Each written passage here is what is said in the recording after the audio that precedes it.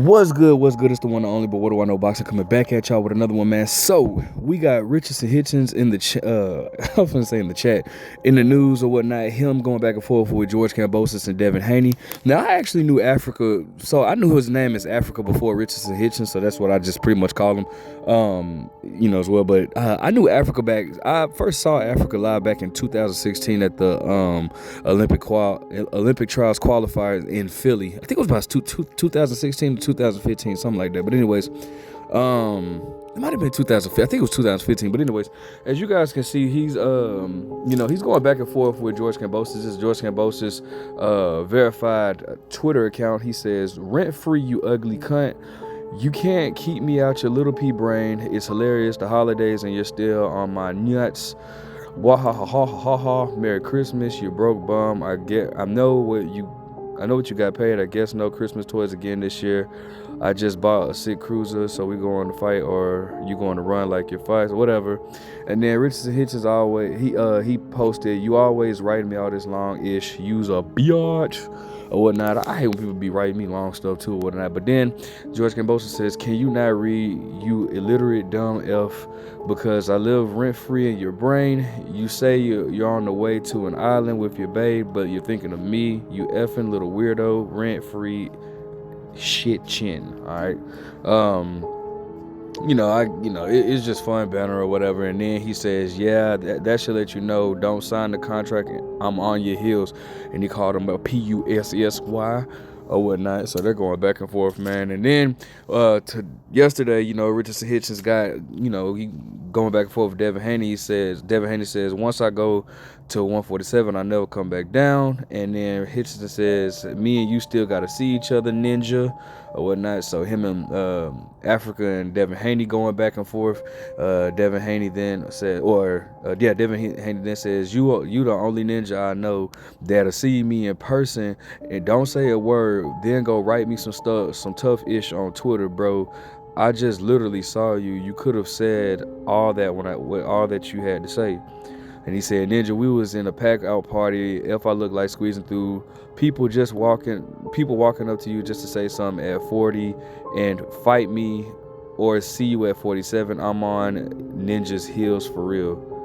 Walking through people walking up to you saying something. Oh, stay at 40. That's what he said. Stay at 40. So basically he's saying, bro, it was a crowd full of people. I wasn't finna do all that just to say something to you or whatnot. And Devin Haney's more so on the approach, like, why you didn't have that energy when I saw you. Then Hitchison says, Devin Haney says, "By the way, Hitchison looks bad. He don't look like a champion. He looked like a dusty prospect." And Africa says, "Looking dusty, but still hitting the bees you had to get rich and touch real spill." So wow, if you guys don't know, it is a little back history between, I think Africa did. I don't think it's the one that Devin Haney is with now, but I think Africa, him and Devin Haney might have been messing with the same girls or whatnot. Whatever the situation may be, that doesn't really apply or doesn't mean anything for me, and I'm pretty sure it doesn't mean anything for you either. But that's listening. But I want to go ahead and get on it, man. So listen, man, Africa. Look, man, Africa's a good fighter. He's a good fighter, and that's about as far as it goes for me. He's a good fighter, but I'm not all the way sold on Africa yet. Shout out to him for beating Limparo or whatnot. Decent performance or whatever. But I just don't think Africa has the hit factor or whatnot yet. And maybe it's because I'm just going based off of it being so soon. But I'm just not impressed with Africa. Out of all the champions at 140, you got what? You got who do you got? You got Teofimo as the WBO. You have. Let me look at it. Okay, so you got at 140 pounds, you got Richardson Hitchins as the IBF, Rayo as the WBA, Alberto Puello as the WBC, and Teofimo Lopez as the WBO. All right, now. I'm not gonna say that. I mean, to me, I don't know. Alberto Puello is he's the less dangerous of the four, I would like to say. But I don't know, man. It's just Richard. I'm just not sold on Africa. I'm not all the way there yet. In his weight class, or in his organization, the IBF rankings, you know, he has Subriel Matias, and I'm not sure that he can get past him. But and he got Michelle Rivera. I think that'll be a good, interesting matchup. Jose Ramirez. That's, you know, I think it's rumored that he's supposed to be fighting Devin Haney. You got Jermaine Ortiz. That would be interesting. Maybe not entertaining, but interesting matchup. Obviously, he got George Kambosos, and they've been going back and forth. I do feel like he can beat George Kambosos, though. I do. I've just never really been sold on George Kambosos. Even when he beat Teofimo, I honestly, I feel like if him and Teofimo was to run it back, I think Teofimo would beat him. I just don't know why it hasn't happened or whatnot. But I'm not sold on George Kambosos. So I do think that he could beat George Kambosos. But aside from that, man, like, listen, bro, I don't know. I don't really, to me, Africa is a watered down version of Devin Haney, if I'm just being honest. And I don't see anybody at 140 being able to outbox Haney. I don't think Africa has the style to beat Haney. To me, it's going to take somebody that has pop in their punch and that can carry that power throughout the fight to beat a guy like Devin Haney. And it's also going to take somebody who has very good reflexes.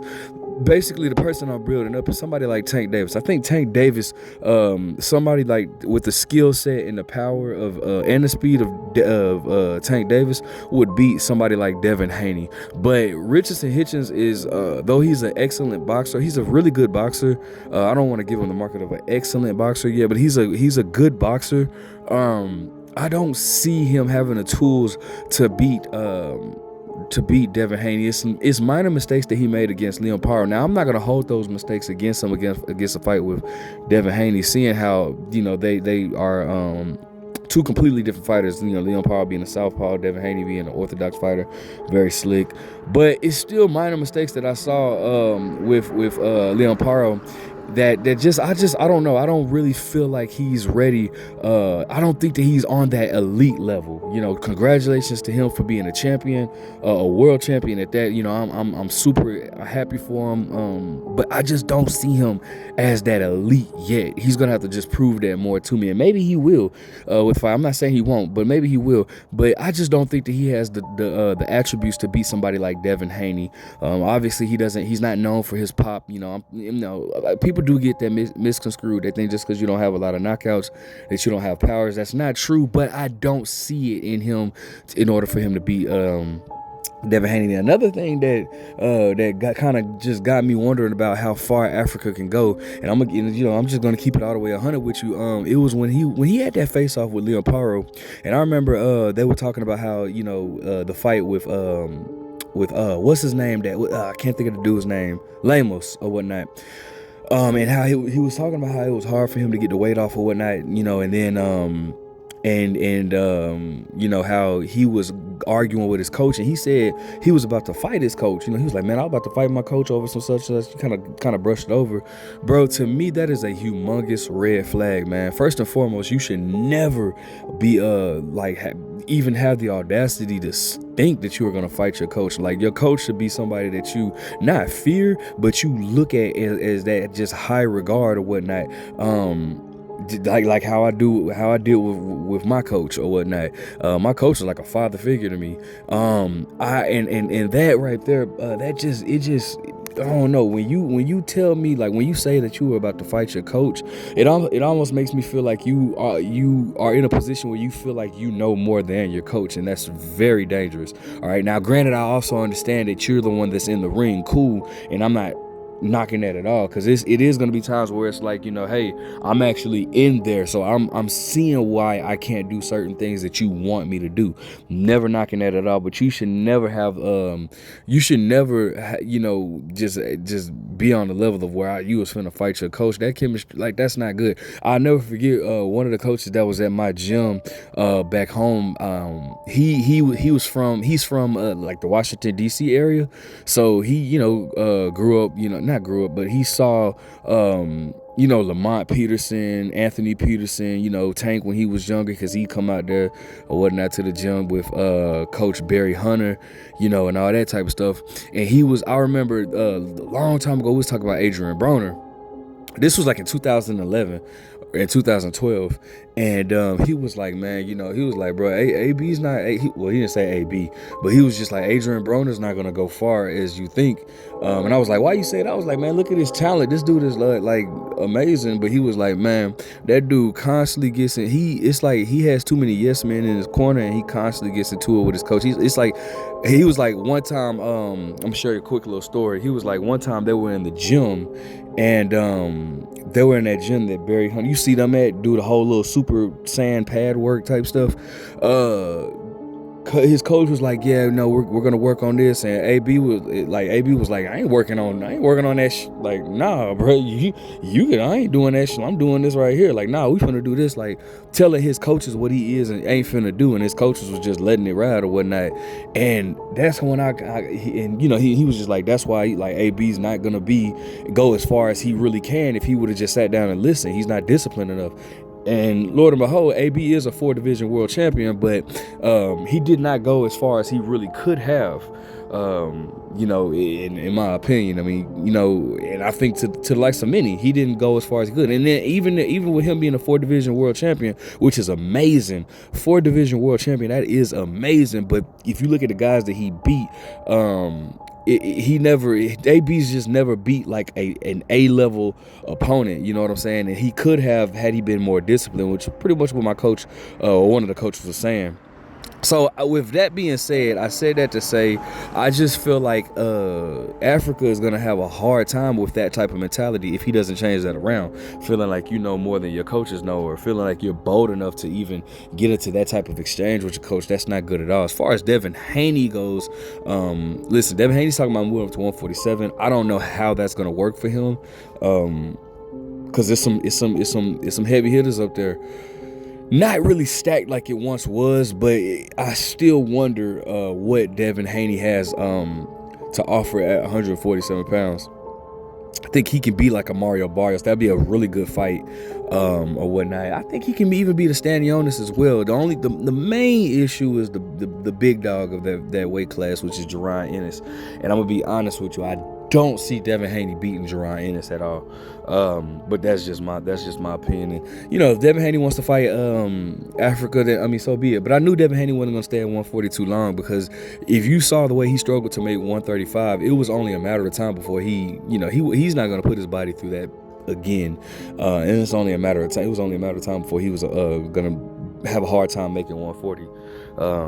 So, he's doing what's best for him, and I'm not mad at it, but I'm just curious to see how are they going to maneuver at 147 pounds or whatnot. But, that's just my take on it. But like I said, if he wants to fight at Africa, or if they can somehow get a fight going, I'm not mad at that at all. I really think that he could beat Africa. I don't see Africa being able to outbox somebody like Devin Haney, but who knows, bro? Who knows? I still would like to see it. It's still a good fight. I think Devin Haney is elite. I'm just not sold on Africa yet, you know what I'm saying? But that's just my take on it. Let me know what you guys think. Make sure you guys like, comment, subscribe. Do you see Africa beating Devin Haney? Who do you see winning that fight? Do you want to see that fight? But what do I know?